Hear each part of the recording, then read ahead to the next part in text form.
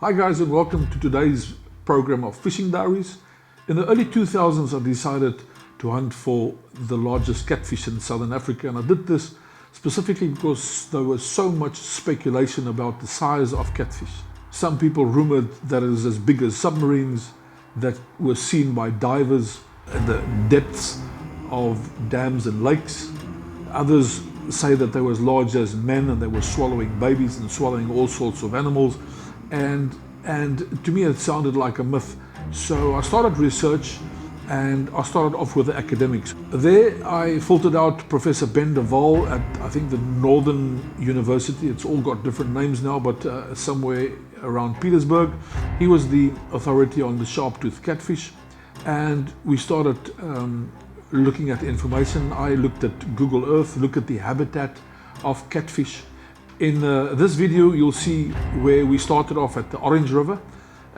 Maybe some of you guys have watched the Hunt for Big Fish in the Orange River and the previous Fishing Diaries program. The difference between that and this is an uncut version of a DVD we made in 2003-2005. Nothing was done. We're not interfering with the editing. It's not full HD. It's as it is, the sound is as it is. So we're just going to reintroduce this video for those guys that are looking to hunt for big catfish, seeing that I've had about 1,000 questions about how to catch the catfish. But before I talk too much, let's get into the video. You watch it, and if you like it, please press the like button, make comments or ask questions in the comments column, and please subscribe. Our hunt for big catfish started here in the Kalahari Desert bordering the Orange River in the Northern Cape province of South Africa. After the trip back in memory lane, we said goodbye to our bushman friends as we had planned to overnight in the neighbouring Kalahari Houseboat Park. Early the next morning, when we crawled out of our tents, Adrian had already lit the fire and sipped on his first coffee. We left with sorrow our favourite spot on earth for that other most favourite spot on earth, the lower Orange River Valley. We were getting excited, and I realised only two conditions could now deter us from catching large cats on this stretch of waters: dirty floodwaters and when they are spawning. Sharp-toothed catfish spawn in southern Africa's early summer, from September onwards, when the water temperature reaches between 25 and 28 degrees Celsius, following the first good rains and subsequent fresh water entering the river systems. A chemical flood factor released in floodwaters called petrichor is further necessary to complete stimulation to breed.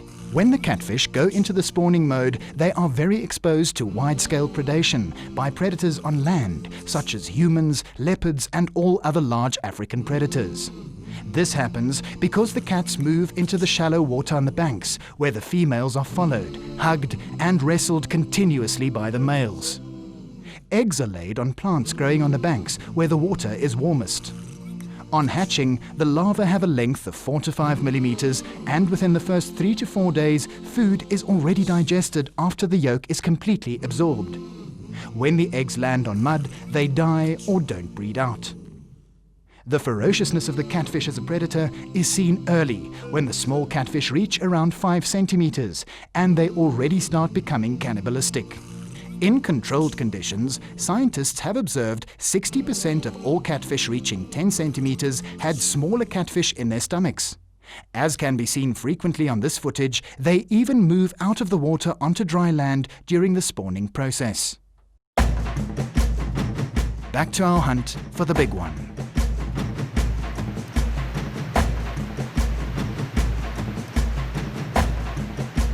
The Augrabies Falls form a natural cul-de-sac in the lower Orange River that stops certain species of fish from moving further up the river and other species from moving downriver.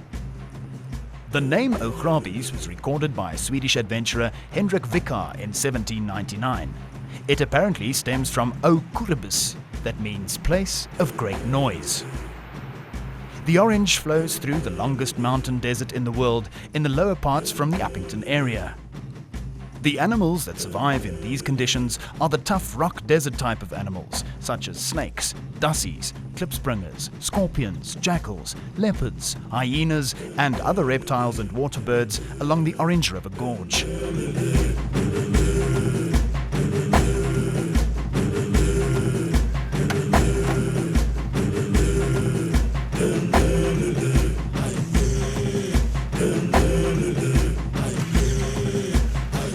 starting point of our river expedition started at the Blowpits Valley, where I caught many of the largest catfish in Africa over the previous years.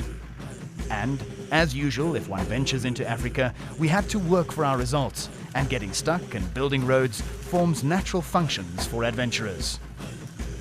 Don't be confused by the bush, however, as the whole stretch of river is surrounded by natural bush for between 1 and 20 meters all the way to the Atlantic Ocean, approximately 550 kilometers away. Beyond this bush, you would only find rock and sand, and no other water for hundreds of kilometers. The rocky terrain Hardis is seen running over is a typical breeding habitat for yellowfish and mudfish, and the erratic opening of sluices of dams upstream greatly upset the breeding of these species. After about 4 hours of inflating boats and loading of rafts with 2 weeks of rations, the 3 specially designed one-of-a-kind rafts, first for adventure fishing in South Africa, were loaded with about 1.5 tons of goodies. The river was markedly higher than it should have been because of the sluices that had been opened in one of the dams further upstream, and the water was much too dirty for decent fly fishing. We couldn't help thinking about the first time we'd fished for catfish on the exact spot when our nets were way too small and we caught within minutes of our arrival 7 fish that were on average above the existing official record of 33 kilograms. The largest of our catfish weighed 40 kilograms plus, 2 days after it died due to scale size. Joe's wife also decided to catch herself a cat that nearly pulled her into the water.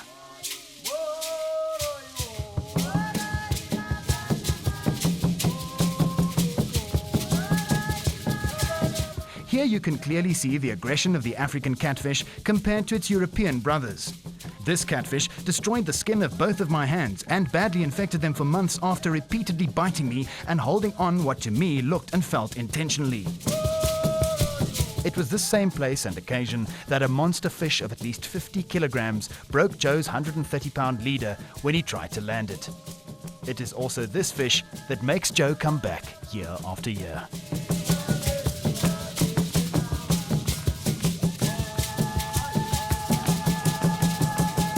The first leg of our expedition started here and ended at Skate Drift 3 days later. In the gorge below the falls, the river is approximately 18 kilometers long and slopes a further 35 meters. And if one spends time looking, catfish specimens of 2 meters can be seen slowly swimming below the falls, waiting for the many humans and other species of fish, antelope and reptiles that are killed falling down the falls. Many humans drown in the lower Orange each year, and the catfish in this part of the continent don't think twice to munch on our brothers and sisters.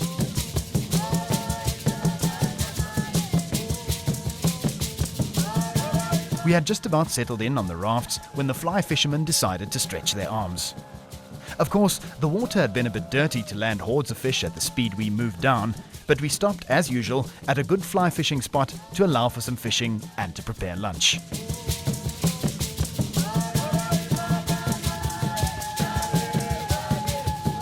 Glenn hooked into his mudfish before I could take him his food. The Orange River mudfish is one of 4 species in a group called Umbratus, restricted to the Orange River Basin and adjacent rivers. They are all tolerable to low oxygen concentrations and fare well in dams.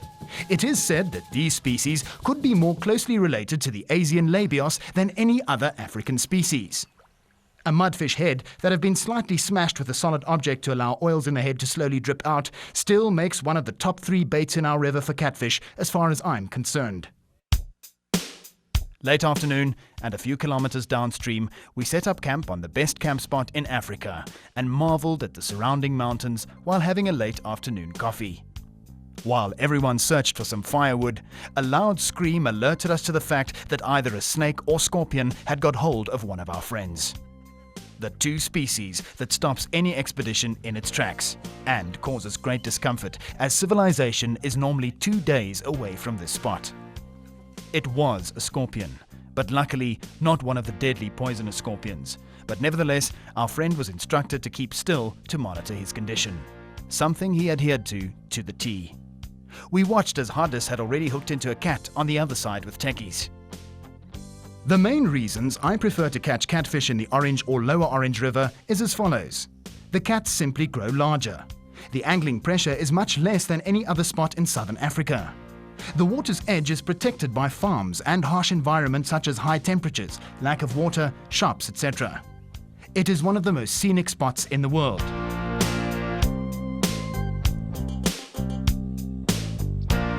That evening, everyone rode in their lines to the spot they felt happy with and waited patiently until we one by one crawled into the tents.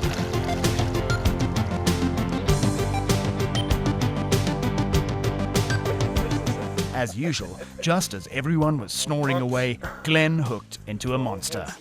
And as usual, a fish like that motivates all to stay awake from then on.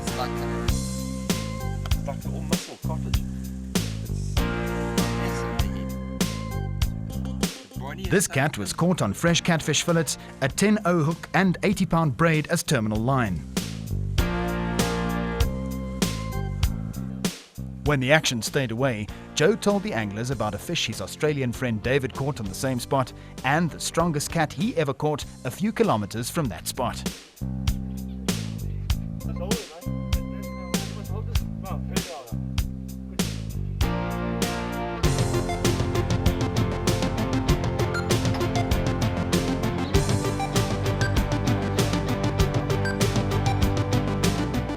Locals have numerous stories of babies that were eaten by catfish while swimming or being bathed by their parents.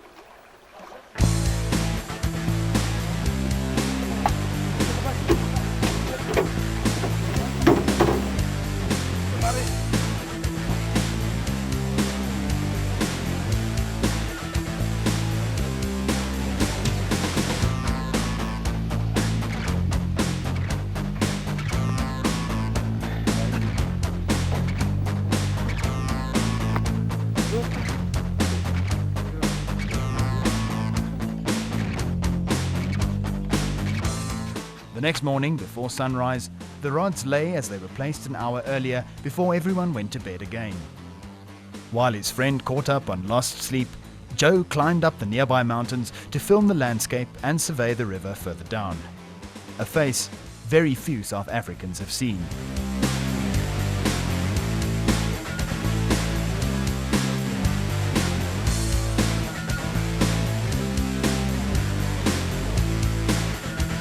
From his vantage point, he could see mountain peaks with funny names, such as Bakenkop, Alleenkop, Brakkiesekop, Melkboskop, Bleskopie, Klipbreekkop, Feesteenkop, and Joe wondered if there was one left that he could name. After the second day on the same camp spot, we drifted away without any extremely large fish. A few kilometers further downstream, we again anchored the rafts for the fly fishermen. This was about the only periods that we had for ourselves to plan meals and strategize the way forward.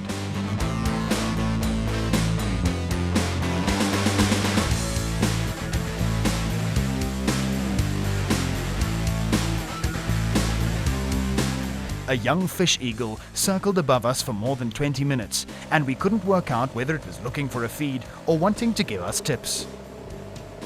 A few kilometers downstream, the GPS told us to start looking carefully for our stopover, as it is easy in this water to take the wrong channel and completely miss your support group. Skate Drift's people waited as promised for us on their fishing spot where we were supposed to overnight.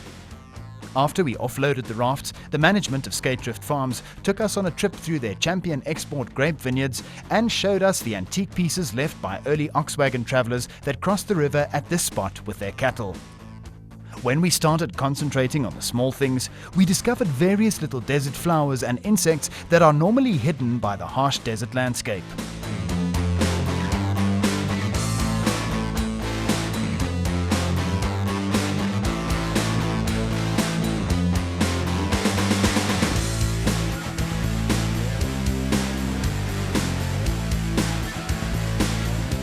Back at the camp, we noticed the river had risen quickly, and Adrian knew he had to catch his last fish, as it becomes extremely difficult to catch when the river is in flood.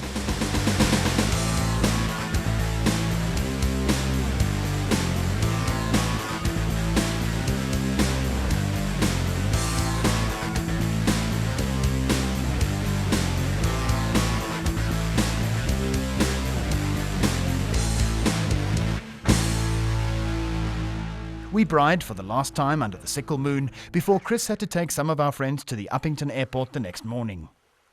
The following morning, the river had risen drastically and was noticeably aggressive, and we were glad that we had a piece of overland before we were going to launch about 100 kilometers downstream some days later.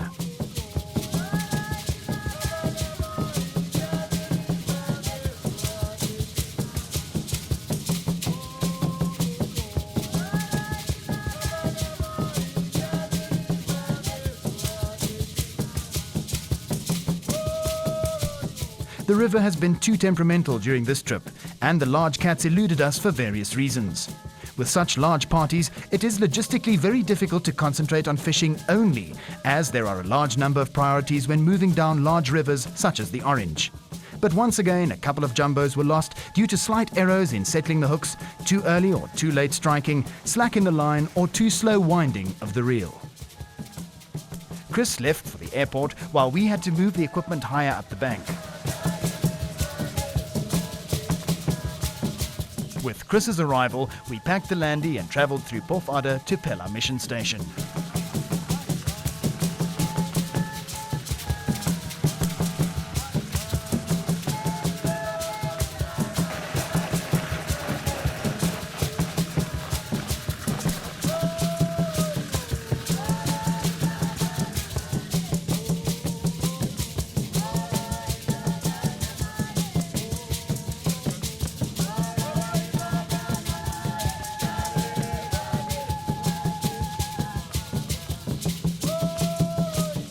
On our arrival at Pella, we stopped at the local cathedral at Pella.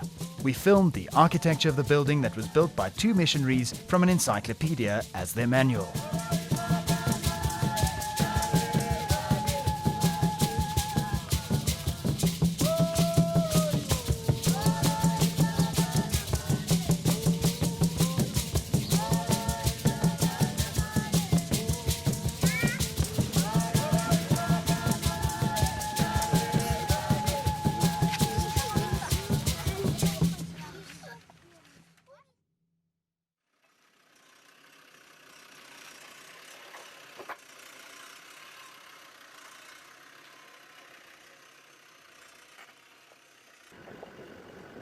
Before Ari's arrival, and indeed before any trip that is planned following good rains or when the sluices of one of the dams further up has been opened, Joe has to recce the stretch of river before taking people down, as the river's course could change drastically with strong flow and dangerous obstacles are washed into channels. Joe and Hardus had to venture downriver 2 days before they could take Ari on it to ensure that it would be safe to travel on. The next morning, we crossed the river to our temporary basis that we'd set up on a large raft on the quiet side of the river.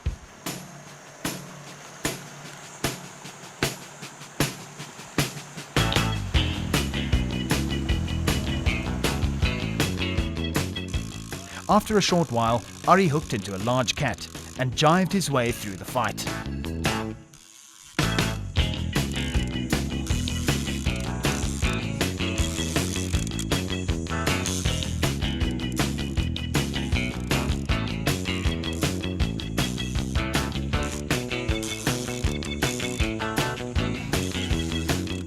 Hardus calmed the old cat on the route back to the campsite for a photo session.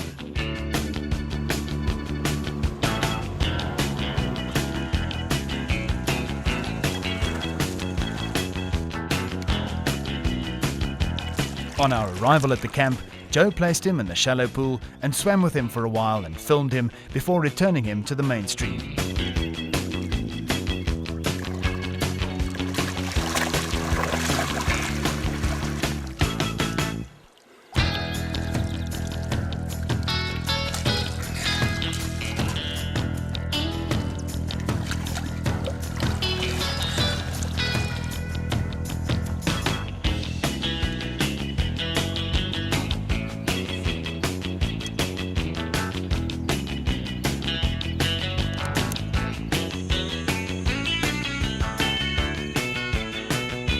Hardus tried to hook into some yellowfish that were hunting right on the bank, but caught a nice-sized carp instead.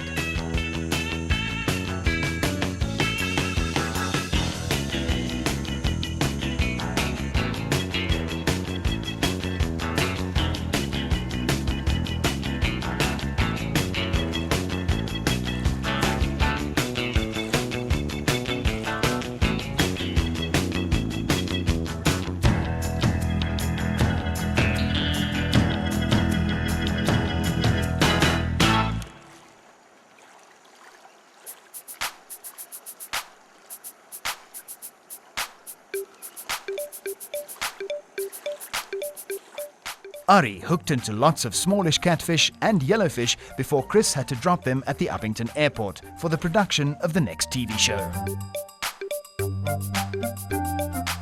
A day later, we arrived in Springbok, Africa's floral kingdom, where we camped for the night.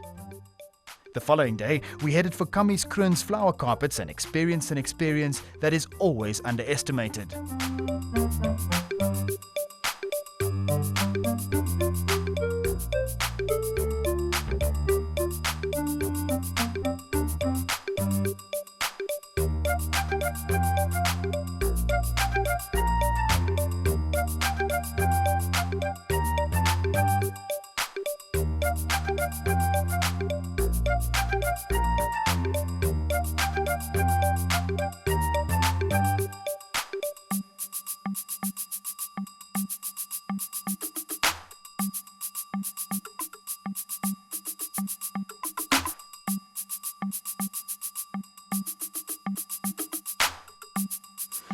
The confluence of South Africa's two largest rivers, the Vaal and the Orange River, join near a town called Douglas. This is also arguably one of the best angling spots in the country for species such as largemouth yellowfish, smallmouth yellowfish, catfish, mudfish, carp, and other smaller species.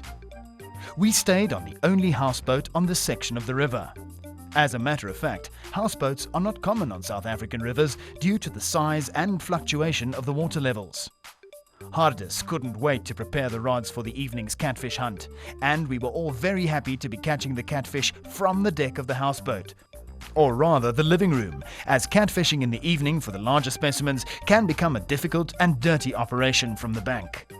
This is also the main reason Joe dislikes fishing for large cats at night. To determine where to drop the bait is without a doubt the second most important question to answer after you have found the right spot to fish. But the cats made such regular surface breaks that we could clearly see where the largest fish were resting. We usually drop our bait with an inflatable of some kind and an electric motor, the bass trolley type, not to make a noise or pollute the water even the slightest. When taking in the bait with a boat, the safety of the person holding the terminal tackle should be priority number one. Because the line must be held as tight as possible by the person holding the weight and bait, the slightest unexpected pull by the angler holding the rod could plant the hook into the person on the boat. The line must be kept tight to ensure the bait is dropped on the spot identified or to ensure the line does not drift into the stream, obviously for river fishing. Just before the bait is dropped, the angler holding the rod should give enough slack in the line to allow the bait to go straight down, or hold the line and drop the bait with the other hand while giving slack with the other hand. This can obviously be done if the angler holding the rod gives slack simultaneously. Once the bait is dropped and touches the bottom, the angler must slowly work out all the slack in the line. The line must be tight on the stand without slack, but able to give way with the slightest pull by the catfish, not for him to feel any resistance. This is a critical balance. The last step is to set the alarms to the volume that would not chase the fish away or upset your neighbors, but loud enough to wake you up with the first run of the alarm.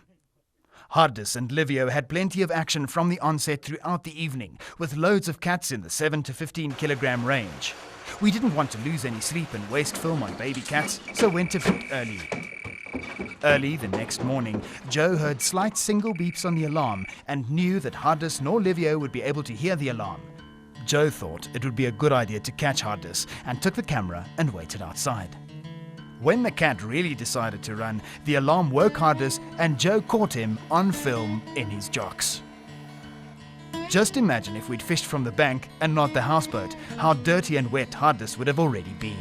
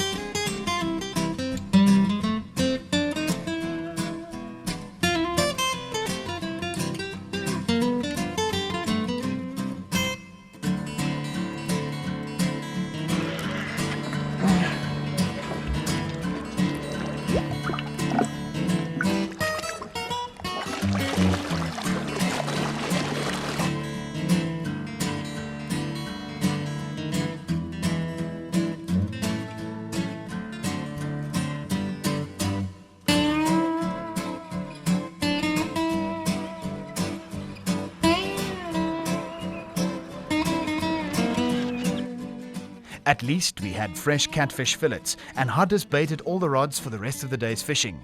This is one of the most successful pieces of bait, but it must be fresh. Seeing that this was the first time we fished from this spot, and although we scanned the bottom with an echo sounder and had a good idea of the bottom we were fishing on, we like to force fight the first couple of fish to ensure we don't get stuck into any obstacles. A 12.0 hook with a leader of about 90 centimeters of 80-pound strain line was used with 50-pound main line. The reels must be strong as a first priority and do not have to have casting ability, as we drop the bait precisely on the same spot every time, and because the target area is normally much further than any rod or reel can cast the large chunk of bait.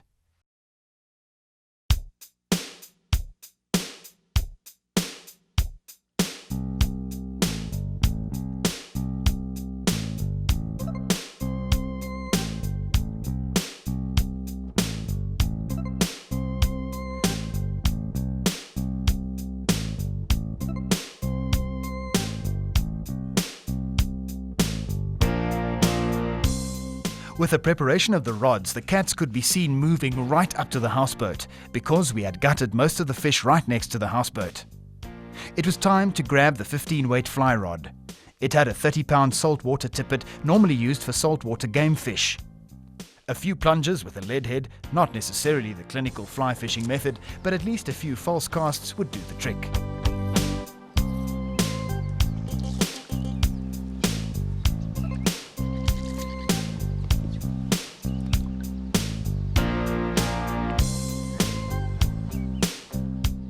Much to Hardus and Livio's surprise, Joe did hook into the fish targeted, and Hardus had to leave his rod and grab the camera for once.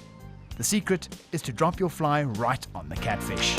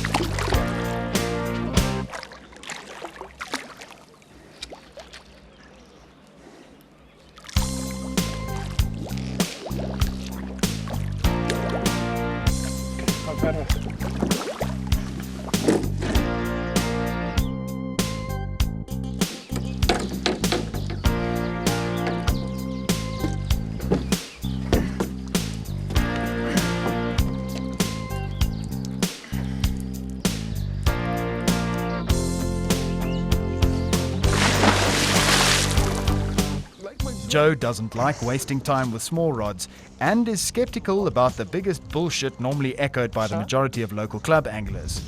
I fish as light as possible because I want the fish to have a fair fight.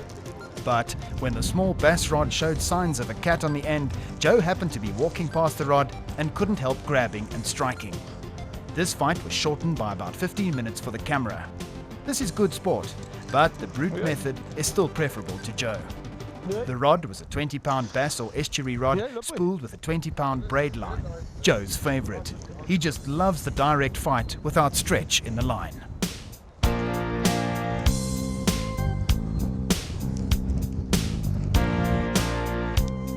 Vivi, pas op, is die hoek af. Pas op, is hier oor hierdie lyn.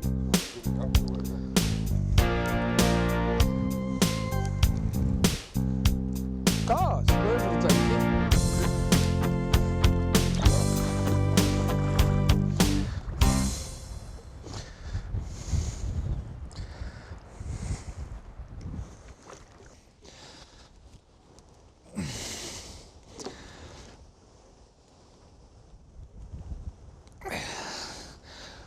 Moet dat afkomen? Nee, ga niet. Hou hem net af. Wat is dat? Hou hem net. Laat het kom dat.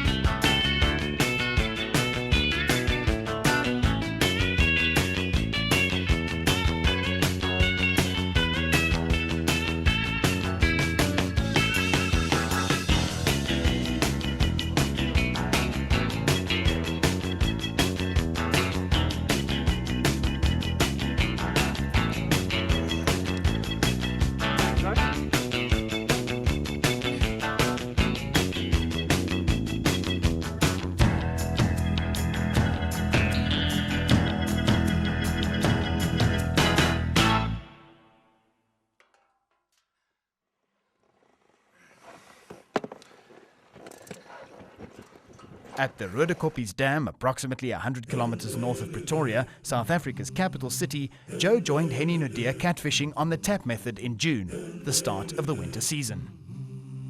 This tree looks as if it could have action in the nests, but the chicks have not yet hatched. So it's not an active tree where the adult birds are feeding the chicks with pieces of fish all the time. So we'll have to search for trees where the chicks of the cormorants have been hatched and there are a cluster of trees. The catfish will prefer such conditions as there is little catfish action below this tree.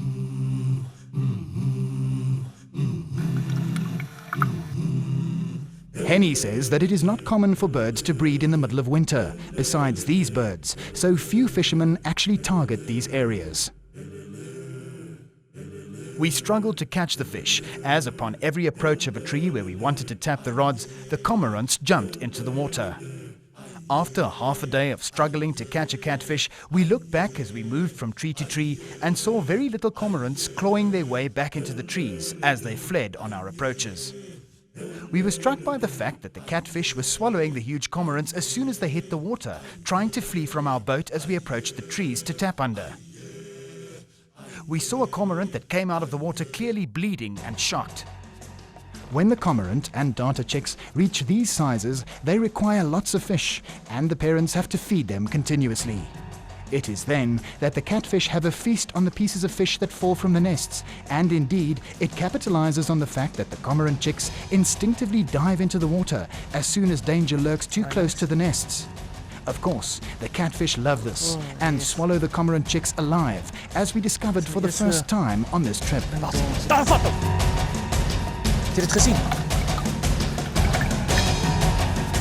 Watch carefully, and you will see the 7 or 8 kilo catfish grabbing this 2 kilo African darter chick or near adult bird. Heb je dit gezien?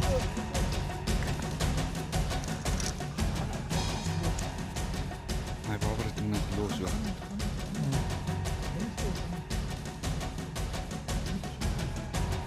Barbara het omgelost weer. Hij zit terug in die Barbara boom. het omgedraaid.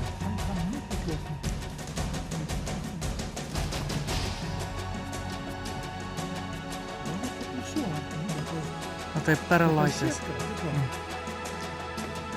It is this powerful grab and twist action that I believe is capable of grabbing a young child and at least drowning it. Ze zijn van net bezig om die stokken iets te vangen. Elke keer dan vallen hulle in. Vriend, daar is so 7-8 kilo Barbara hoor. Yes? Ja. Hy het seer gekry hoor. Hy gaan. Ten naby. Daar's daar agter ja.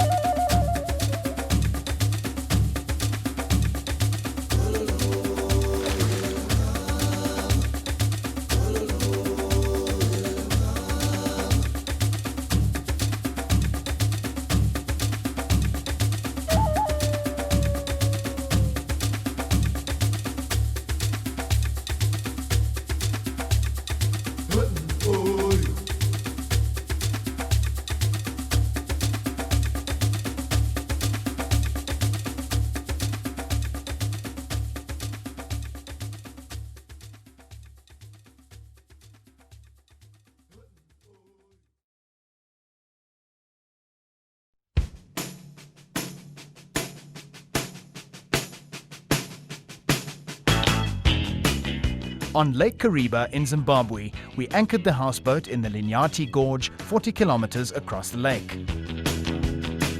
Hardus and Butti, one of our guides, couldn't wait to start fishing, and they quickly hooked all the funny species resident in this magnificent water from the deck of the houseboat, while we waited for the temperature to drop for the afternoon session. This is an average-sized squeaker catfish.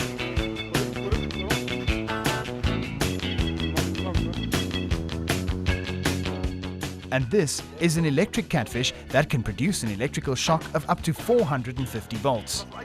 It is believed that more than one diver or fisherman have been fatally shocked over the years by this formidable predator that uses the current to overpower his prey and to defend himself. The next species was a butter catfish, also of average size and one of the most delicious freshwater fishes in the region. Luckily, this is not so commonly known. Hardus, my so-called cameraman, decided to hook an ox head on advice of the Zimbabwean guide.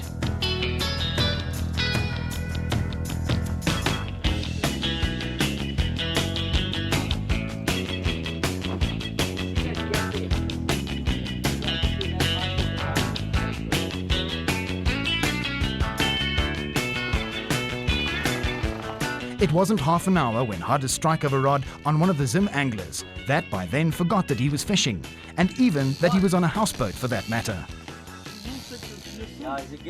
The Vundu is Southern Africa's largest catfish with the official record size of 50 kilograms. They are unfortunately not targeted by persons specializing in them and could reach 70 kilograms.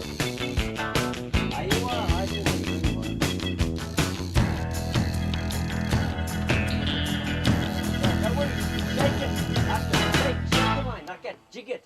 Yeah, jig it and your weed will fall off. Jig it. Aywa. Yeah, like that.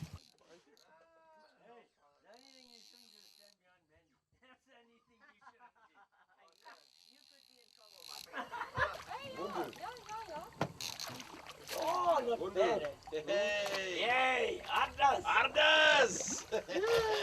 What? Dumb is a lack dumb.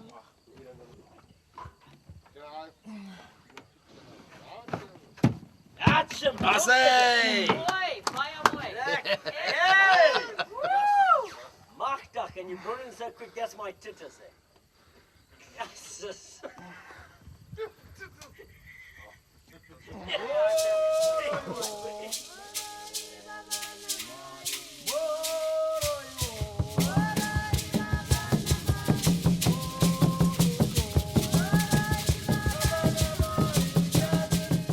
I waited until everyone's bait was dropped and then dropped my 2-kilogram tilapia head that was smashed to allow the oils in the head to slowly seep out as an attractant. Luckily, no one selected the spot I eyeballed from the arrival. That's a fight. You see, on the right reel, man. Around 2300 hours, my reel sang the sweet song of happiness, and Hardus didn't give me a slight chance to get there first, as he just about slept on top of my rod. Very much what you call an angler's hijack. The tackle used for large Vundu is the same as for large sharp-toothed catfish. Here we use a Quantum Big Cat heavy rod and a matching Quantum lever wind reel loaded with 50-pound braid line, although an 80-pound would be better if the terrain below the water surface is unknown. The Vundu is believed to be the largest catfish in Africa, although in the race for size there's great competition between the species and the sharp-toothed catfish that I believe could ascertain the same sizes. The Vundu is widespread from the lower and middle Zambezi to the Zaire Basin and West Africa, including Lake Tanganyika, the Nile and Lake Nasser. The legendary late Charles Norman once told me that he witnessed a catfish caught in the Congo River that must have been more than 3 meters long and over 150 pounds. The Zimbabwean record stands on 55 kilograms, although there are many stories of fish twice that size. Vundu is most active at night, just like all other catfish species, such as the sharp-tooth, and feed on just about anything in the mainstreams of the rivers from deeper pools. The Vundu is renowned for scavenging of carcasses of cattle between crocodiles and also in areas where local people generally gut fish next to fishing villages. I'll grab the thing in the mouth. See, he sits on the bottom, eh? If I bring him, he must go whoosh once. That's him. Now he goes down again. Yes, this is a nice one. That's him. Davie kry hom my maat. Ja. Moet ek help? Moet ek help? Yes, David. This was a nice 100-pound specimen. So mooi. Yes, but look at this. You see Go already? for, ja, maar go for it, Dawie. I'm there. Okay, I've got the rod. I've You got the hold rod. the rod. I've got the rod. Okay. I've got the rod. 1, Listen, 2, Marcus. 3. Okay, Hop. What a fish. What a fish. Lovely, lovely, lovely. What a fish. Lovely. Oops, sorry. I don't know. This is a fish. Yeah, lift him up. Here, look. Eva? Ja. Okay.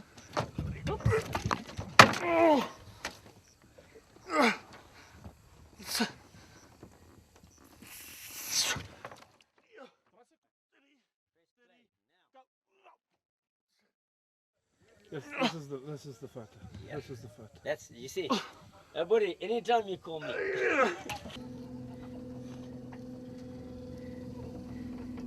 Beautiful. Yeah, but he's got gills down here as well. Yeah. Eh? Ah, did you hear my shirt? Yeah. Look at the blood, look at this. Ay, ay, ay. No, I'm glad I didn't put my hand up.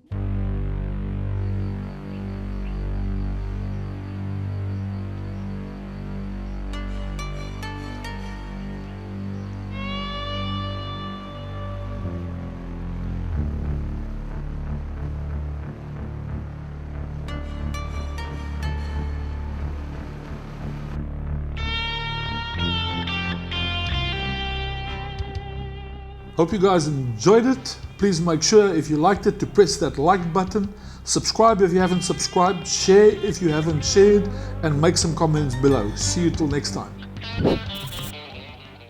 Fuck, guys coming. Oh, Stop it.